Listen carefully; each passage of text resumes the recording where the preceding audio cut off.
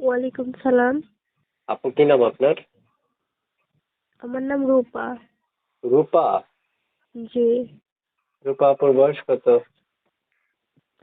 বয়সটা 18 ভাইয়া। কেন আসছিলেন এই ভিডিওর সামনে? আসছি একটা ভালো মনের মানুষের জন্য, যে আমার বিপদ আপদে পাশে থাকবে, সুখে দুঃখে পাশে থাকবে, আমাকে কখনো একা পথে ছেড়ে যাবে না, সারা জীবন আমার পাশে থাকবে, এমন একটা মানুষের জন্য আসছিলাম। আচ্ছা, আপনার কি বিয়ে হয়েছে রূপা আপু?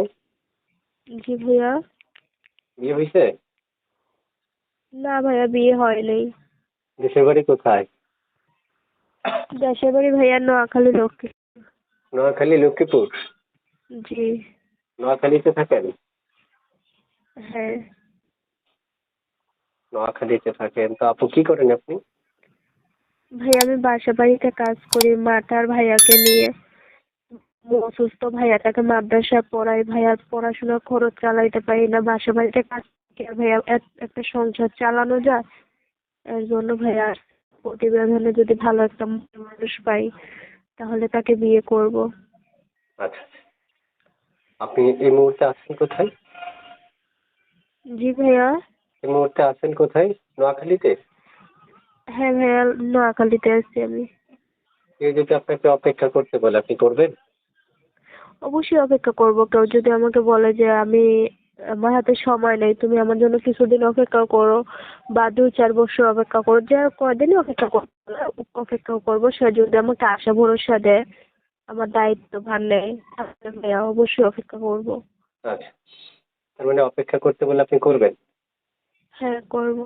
আচ্ছা, প্রিয় দর্শক শুনতে পেরেছেন, আপনারা চাইলে আপুর সাথে যোগাযোগ করতে পারবেন বা কথা বলতে পারবেন।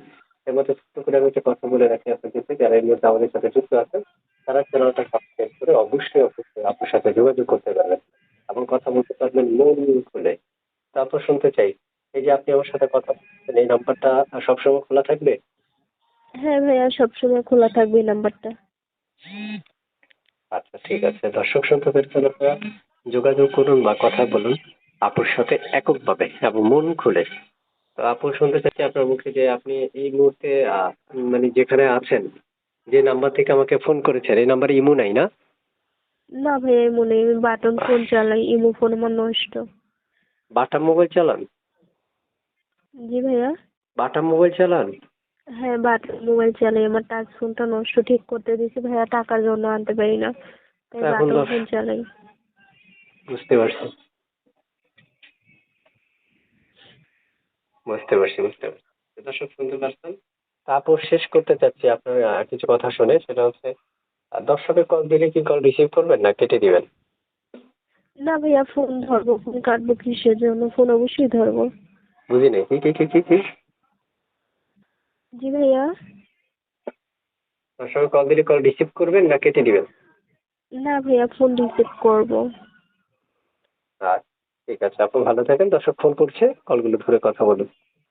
ওকে, আল্লাহ আচ্ছা হাফেজ। ঠিক আছে ভাইয়া। আল্লাহ হাফেজ।